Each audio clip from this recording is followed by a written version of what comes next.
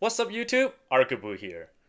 Let's talk about those games where the opponent has every counter to the deck, or it seems like they have infinite elixir to counter all those cards and all those pushes that we put through the lanes. Now, in those situations, how can one still come out with the W?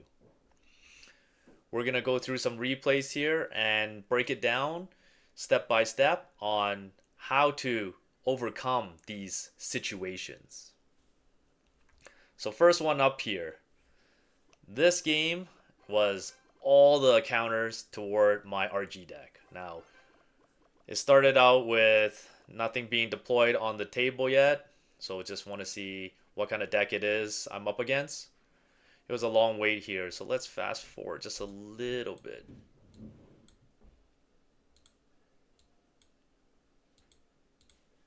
Okay, right there. So started with the Phoenix here, and out came a Firecracker and Mega Knight. All right, maybe a MK deck here, right? So let's pull it to the tower, activate King Tower. So this looked like it was a good start for the game. So let's kill out MK, but then I saw Skeleton Army. So obviously another counter toward the RG, wipe that off. So two counters. Skeleton Army again, so mirror.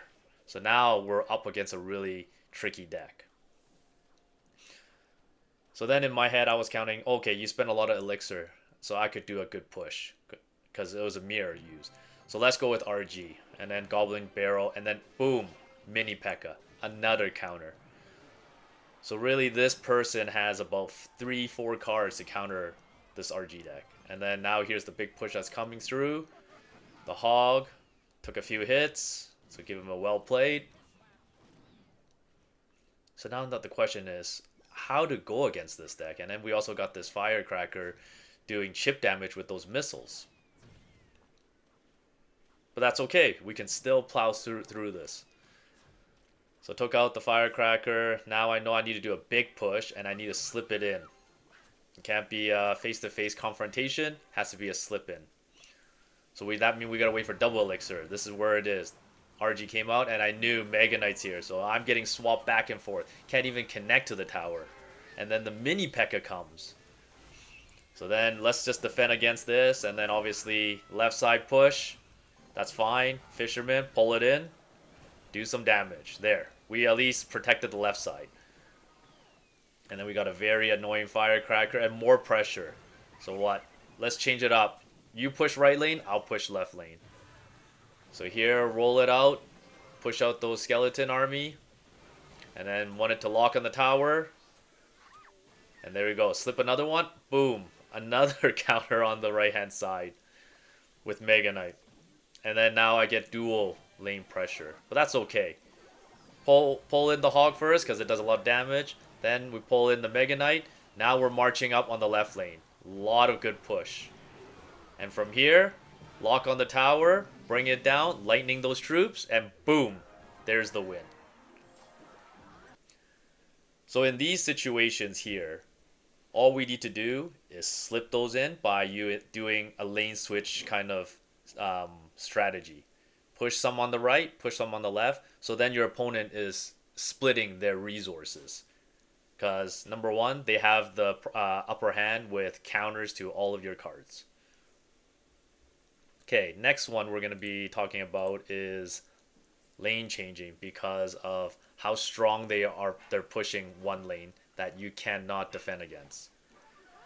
So here, starting off with the Prince and the Valkyrie, it was a strong push. And then you see it connected to the tower, took some damage. So I knew this was more of an early aggression deck. Then this opponent had the Witch. I didn't want it to build up to another big push, so use Lightning. Now this wasn't a good elixir trade, 6-5, but just didn't want the build up. So you had to prevent that from happening. Zapped at the bridge too late, so I took 2 hits from Minion Horde.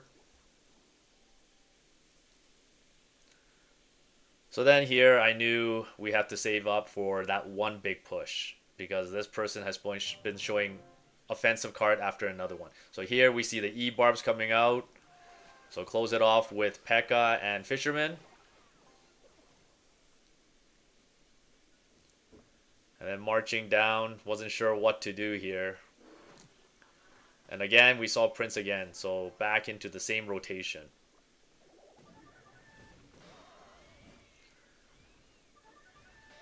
Connected, so then the tower is taking a lot of hit. Cannot be just pushing the right lane now. So the thought process here is I gotta go switch it up and divide their attention and go left hand side.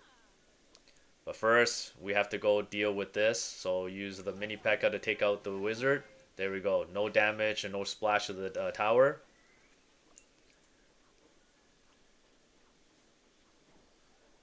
So we're almost in double elixir. That's where we shine the most. So we're going to push on the left-hand side, hoping the opponent would do some counter. But nope, wanted to push to the right. So that's okay. Let's pull you to the left, right? And then, see, that's where it is. The minion horde was placed to go against this defense. So then the right tower was protected, and now there's a stronger push on the left-hand side. So now the opponent's attention is on the left-hand side. But they try to push on the right. That's where we're able to defend by pulling everything to the middle. So this bought us some time to build up that push. See, that Prince connected to left tower. If it wasn't for the lane switch pressure to left, the Prince would have been on the right, and guarantee would have been tower down. Because as you can see, I dropped from the 3,000 to the 15 on the left. So here, since we were all doing the left, tricky, we're on the right.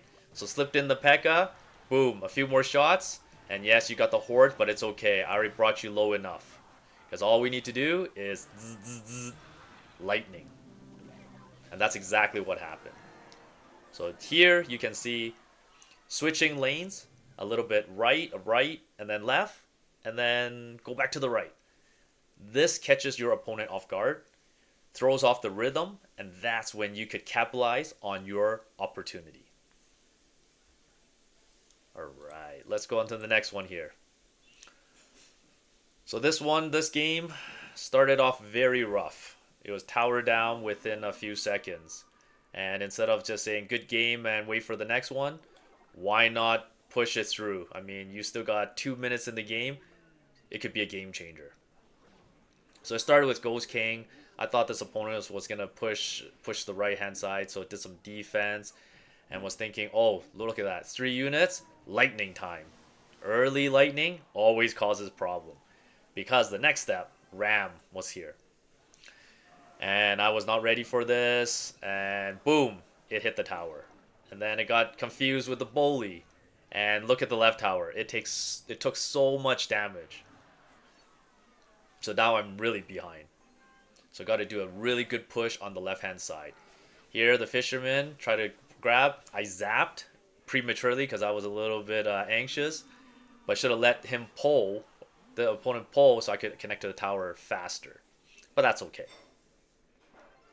So you can see Ghost King is going to hit the tower. My goodness.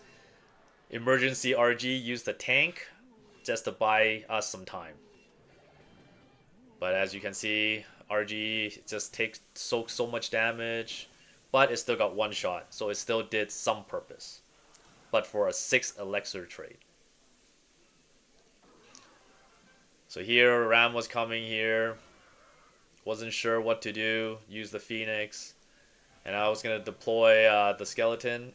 But then boom, this guy had an RG. And no matter what to do, tower down. So this is the 1 minute mark. Double elixir. So we could still do something. So defense first. And build for that big push. Then I saw the evil ghost here. So took that out. And then from here, let's go for the push. And you can see now with this push, I'm able to lock on the tower, do some damage, but really behind. So P.E.K.K.A slipped through, took it down, but still, it's still a losing game here, right? So right now 30 seconds means one more push. But playing pocket, so got to defend quickly, otherwise the second tower is gone too. So now, last push. If this fails, game is lost. So RG connected to the tower. All we had to do is just protect RG. Boom. Now we're on equal footing, 1-1. So now with our pocket open, we could do RG, but the opponent had the advantage, so we had to do defense first. So now I saw the fisherman, and I realized my mistake in the game. So I said, "Pull me in." So Pekka teleported there, and you can see the RG locked in, and the Pekka one swipe. So in this game, it shows us that don't give up just because you lost that one tower. Because once you enter into double elixir, you still got a chance. And how I would say is every 30 seconds is a chance. So you saw that at the 1 minute mark, double elixir, we did a good push. We have one more at the last 30 seconds. And then if that last 30-second was not successful, then game is over. But you still got two chance, so why not take it? All right, let's go for the next one. So next one here, this was a tower trade. Sometimes you just got to give up an arm for an eye. So it was a stall out. Opponent was stalling out. Let me just fast forward a little bit here. So then launched the bully there. And I was like, oh, one of these games again, right?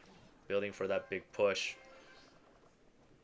So I was going to connect with just the defense and see what other cards you have. Then we saw Electro Dragon. I don't have much air units here, so we'd have to use either the Phoenix or a Lightning to take it out.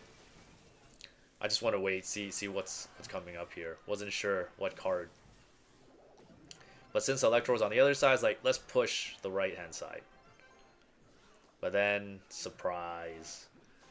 Boom, Lumberjack and Loon. There is no way I can defend this. So instead of putting units or zapping it, you could have that tower and I'll take your right-hand side. So slipped in P.E.K.K.A, zapped, so it was able to connect to the tower. I know Inferno is good against the RG, but we got to push. So tower down, 1-1, fair trade.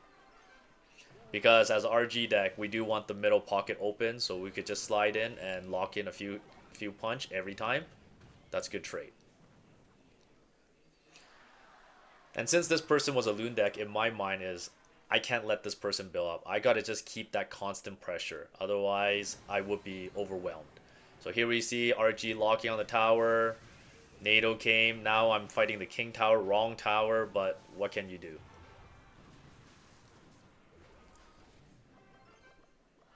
So I know Loon is in rotation and Lumberjack. I was just waiting. As you can see, I was leaking Elixir, but that's okay. Because that gave me the opportunity to do the lightning. Zzz, zzz, zzz, and didn't take too much damage from this Loon hit. Otherwise, that would have been a tower down.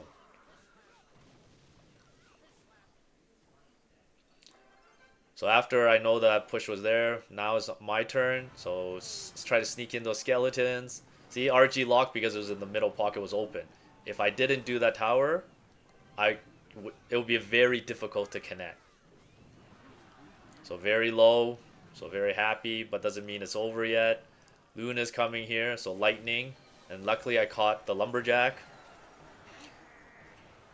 And the freeze didn't do too much, so this person is behind an elixir, and all we had to do is just drop in RG. But boom, I forgot about the NATO. So it went to the King Tower.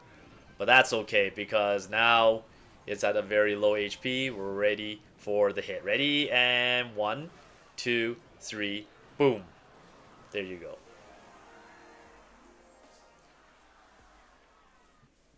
So with this one here, once you tower trade and you know your opponent has a very, let's call it, scale deck where they have to build up, keep the constant pressure. As long as they can't build up that 4-3 units to do that push, their deck is not that effective against you.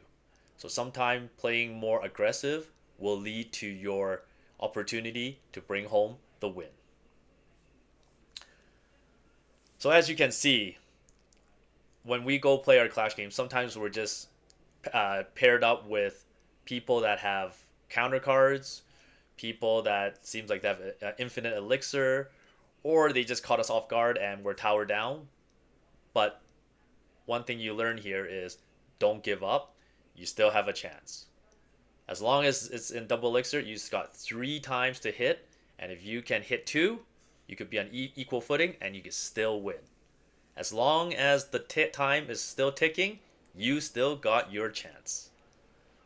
Well, that's it for today. Thank you for watching. I'll see you next time. Same place, same time.